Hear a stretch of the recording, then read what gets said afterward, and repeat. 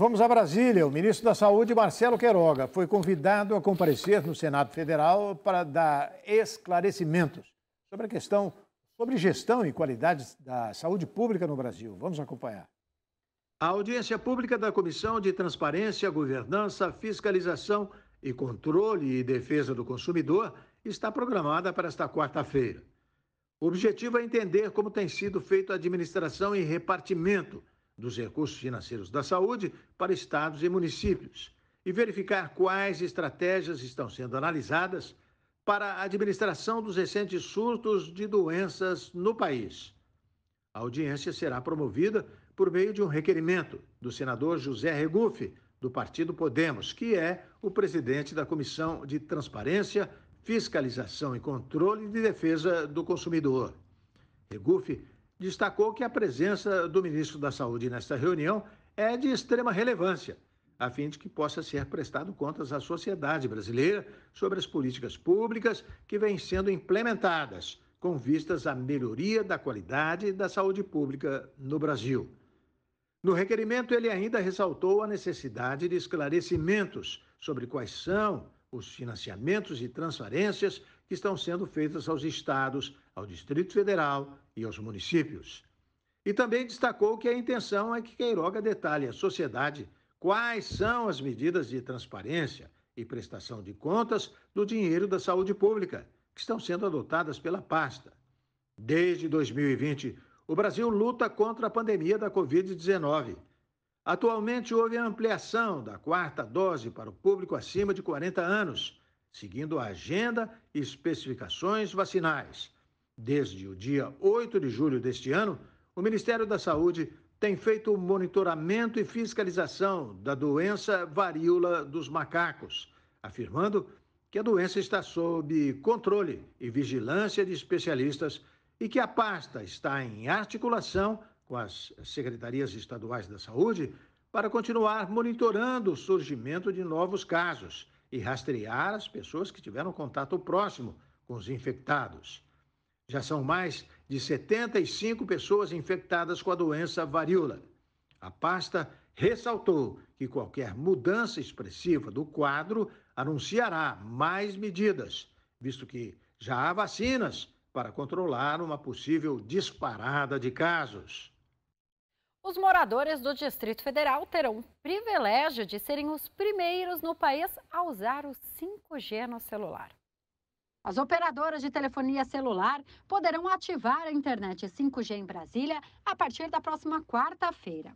O conselheiro Moisés Moreira, da Agência Nacional de Telecomunicações, a Anatel, anunciou que a GASP, Grupo de Coordenação da Faixa de 3,5 Hz, deve aprovar a liberação da faixa na capital, em reunião extraordinária que acontece amanhã.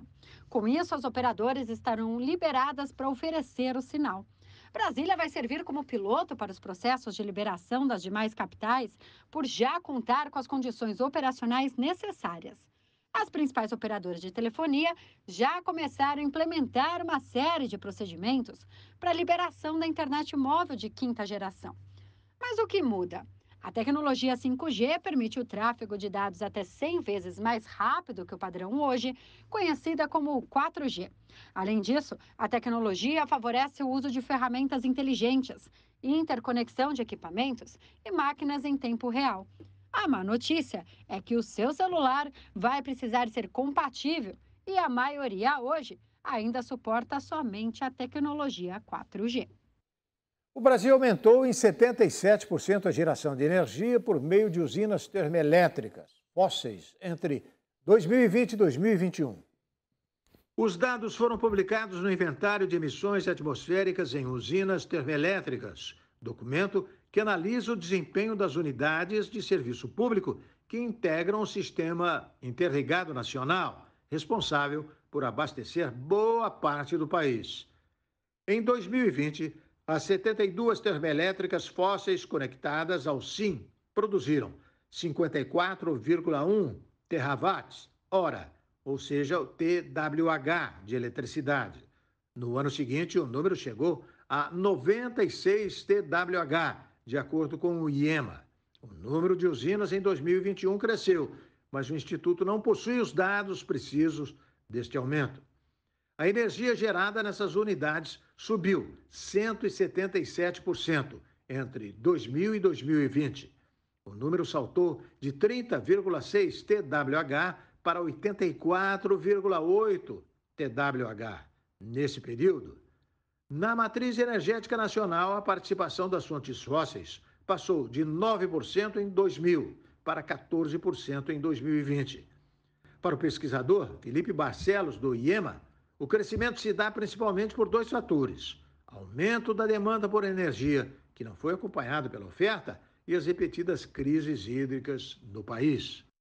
O ex-presidente Lula se encontrou com o atual presidente de Portugal, Marcelo Rebelo de Sousa, na manhã de ontem. E hoje ele tomou um café com o ex-presidente Michel Temer. Lula se reuniu com Marcelo Rebelo no Jardim Paulista, na residência oficial do cônsul-geral de Portugal em São Paulo, Paulo Nascimento. Ao sair do encontro com Lula, o presidente português disse que os dois falaram sobre a situação política e econômica da Europa e da América Latina. Rebelo voltou a falar sobre a guerra na Ucrânia e disse que, neste momento, Portugal e Brasil lidam com isso de formas diferentes. Já Lula deixou o local sem falar com os jornalistas. Estavam presentes no evento o diplomata Celso Amorim, que foi ministro das Relações Exteriores de Lula, o ministro da Cultura de Portugal, Pedro Adão e Silva, e o secretário de Estado português, Francisco André. Após ter um encontro desmarcado com Jair Bolsonaro, o presidente de Portugal tomou um café da manhã com o ex-presidente Michel Temer no Hotel Tivoli Mufarrege. Rebelo embarcou para o Brasil na noite de sexta-feira. No aeroporto, ele foi informado do cancelamento por parte de Bolsonaro e disse entender as questões políticas que motivaram o presidente. O futuro da Amazônia preocupa. O desmatamento na maior floresta tropical do planeta bateu um novo recorde desde que os registros começaram em 2016. Segundo dados do Instituto Nacional de Pesquisas Espaciais, o INPE, a Amazônia brasileira registrou no primeiro semestre de 2022 o maior número acumulado de áreas sob alertas de desmatamento em 7 anos. Entre 1º de janeiro e 24 de junho passado, o desmatamento cobriu uma área de 3.750 km². Este número é superior ao dos anos anteriores. O estado do Amazonas foi o mais afetado, com 1.131 km², seguido do Paraná e Mato Grosso, 818 km². A floresta devastada equivale a uma superfície 3 vezes maior que a da cidade do Rio de Janeiro. Até agora, a pior marca semestral de desmatamento havia sido registrada em 2021. Sobre os incêndios que afetam a Amazônia, foram registrados em junho 2.562 focos, a pior marca para o mês em 15 anos. No primeiro semestre deste ano, foram registrados, no total, 7.533 incêndios na Amazônia, um aumento de 17% em relação ao mesmo período do ano passado.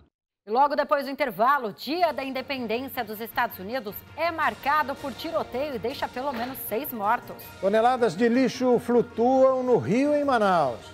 O RB Notícias volta em instantes com essas e outras informações para você, não saia daí.